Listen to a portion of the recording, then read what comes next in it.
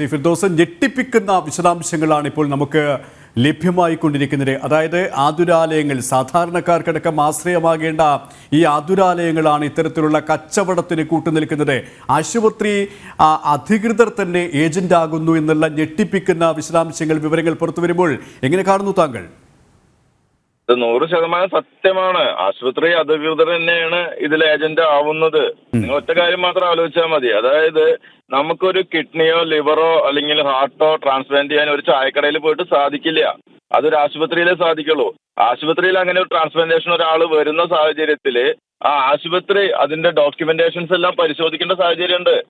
നിയമമുണ്ട് ഇവിടെ. ആ നിയമപ്രകാരം അത് പരിശോധിച്ചിട്ട് അത് അയാൾക്ക് അങ്ങനെ ട്രാൻസ്പ്ലാന്റ് ചെയ്യാൻ സർക്കാർ സംവിധാനത്തിലൂടെ അപ്രൂവ് ചെയ്തിട്ടുണ്ടോ എന്ന് പരിശോധിച്ചതിന് ശേഷമേ ആശുപത്രിയെ ട്രാൻസ്പ്ലാന്റ് ചെയ്യാൻ നിൽക്കാൻ പാടുള്ളൂ. അതില്ല എന്നുള്ളത് അവരെ ഫ്രീ കൺസെന്റ് തന്നെയല്ലേ. അത് നിയമവിരുദ്ധമായിട്ട് കൊണ്ടുവന്നാലും ഞങ്ങൾ ട്രാൻസ്പ്ലാന്റ് ചെയ്ത് തരും, ഞങ്ങൾക്ക് പണം കിട്ടിയാൽ മതി എന്നുള്ളത്. അത് തന്നെയാണ് അതിന് ഏറ്റവും സിമ്പിൾ ആയിട്ടുള്ള ഉദാഹരണം. ആശുപത്രികളുടെ അറിവോട് കൂടിയിട്ടും സമ്മതത്തോട് കൂടിയിട്ടും ആ ആശുപത്രിയിൽ നിന്ന് തന്നെയാണ് ഈ വിവരങ്ങൾ പോകുന്നത്. രോഗികളുടെ വിവരം അല്ലാണ്ട് ഈ ഏജൻസികൾക്ക് ഇവിടെ ആശുപത്രി അധികൃതർ, ആശുപത്രി മാനേജ്മെന്റ്, ഒപ്പം ഡോക്ടർമാരും ഇതിന് കൂട്ടുനിൽക്കുന്നുണ്ട് എന്ന് താങ്കൾ മനസ്സിലാക്കുന്നുണ്ടോ? തീർച്ചയായിട്ടും. അല്ലാണ്ട് എങ്ങനെയാണ് ഡോക്ടർ ഇല്ലാതെ? ഡോക്ടർക്കും അതെല്ലാം വെരിഫൈ ചെയ്യുന്നുണ്ട്. അൾട്ടിമേറ്റ് ഉത്തരവാദിത്വം ഡോക്ടർക്കല്ലേ. അദ്ദേഹം എങ്ങനെ ട്രാൻസ്പ്ലാന്റ് ചെയ്തു?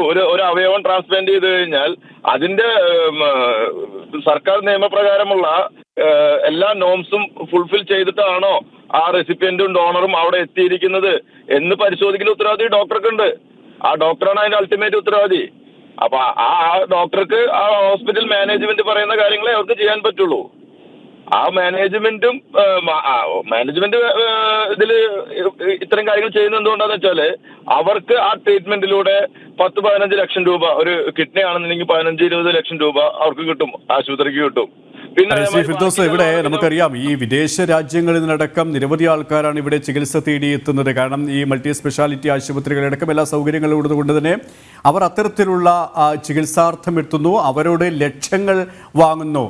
ഇതൊക്കെയും വീതിച്ചെടുക്കുന്ന ഒരു സാഹചര്യത്തിലേക്കാണ് ആശുപത്രി അധികൃതർ എത്തുന്നത്. ഏജന്റുമാരും ഡോക്ടർമാരൊക്കെയും ഇതിന്റെ കണ്ണുകളായി മാറുന്നു. അതായത് കൊടും ക്രൂരത അരങ്ങേറുമ്പോൾ, കോടികൾ സമ്പാദിക്കുമ്പോൾ നമ്മുടെ അന്വേഷണ ഏജൻസികൾ, സർക്കാരിന്റെ ഇടപെടലൊന്നും കാര്യക്ഷമമാകുന്നില്ല. അതുകൊണ്ട് തന്നെയാണ് ഇവരിങ്ങനെ തടിച്ചു കൊടുക്കുന്നതുമല്ലേ എന്ന് പറയുന്നത് തെറ്റാണ്. കോടികളാണ് വാങ്ങുന്നത്.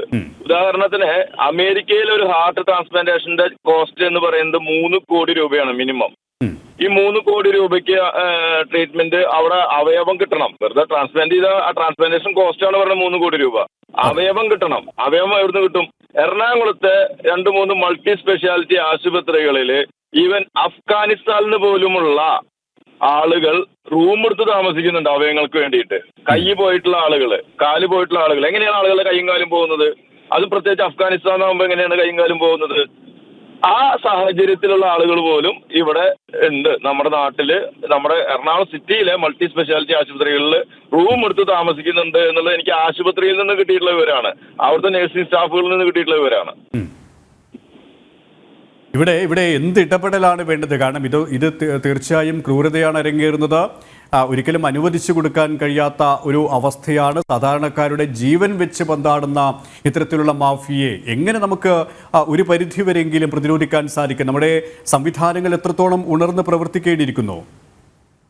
സംവിധാനങ്ങൾ ഇതിന് പ്രത്യേകിച്ച് പ്രതിരോധിക്കൽ അല്ലെങ്കിൽ ഇതിന് ഒരു മാറ്റം കൊണ്ടുവരാൻ സാധിക്കുന്ന എനിക്ക് തോന്നുന്നില്ല. കാരണം ഇതിനെല്ലാ നിയമങ്ങളും ഇവിടെ ഉണ്ട്, പക്ഷെ അവരതിനു വേണ്ടി തയ്യാറാവില്ല. ഒരു കാര്യമാണ് അവർ ചെയ്യേണ്ട കാര്യമുള്ളൂ. ഈ ഓർഗൻ ട്രാൻസ്പ്ലാന്റേഷൻസ് ഒന്നുകിൽ ഫ്രീ ഓഫ് കോസ്റ്റ് ചെയ്യുക. ഈവൻ ബ്രെയിൻ ഡെഡ് സംഭവിച്ചിട്ട് വരുന്ന ഓർഗൻ ട്രാൻസ്പ്ലാന്റേഷൻസ്, അതാണ് നമ്മൾ മുറുകെ പിടിക്കുന്ന ഒരേ ഒരു കാര്യം.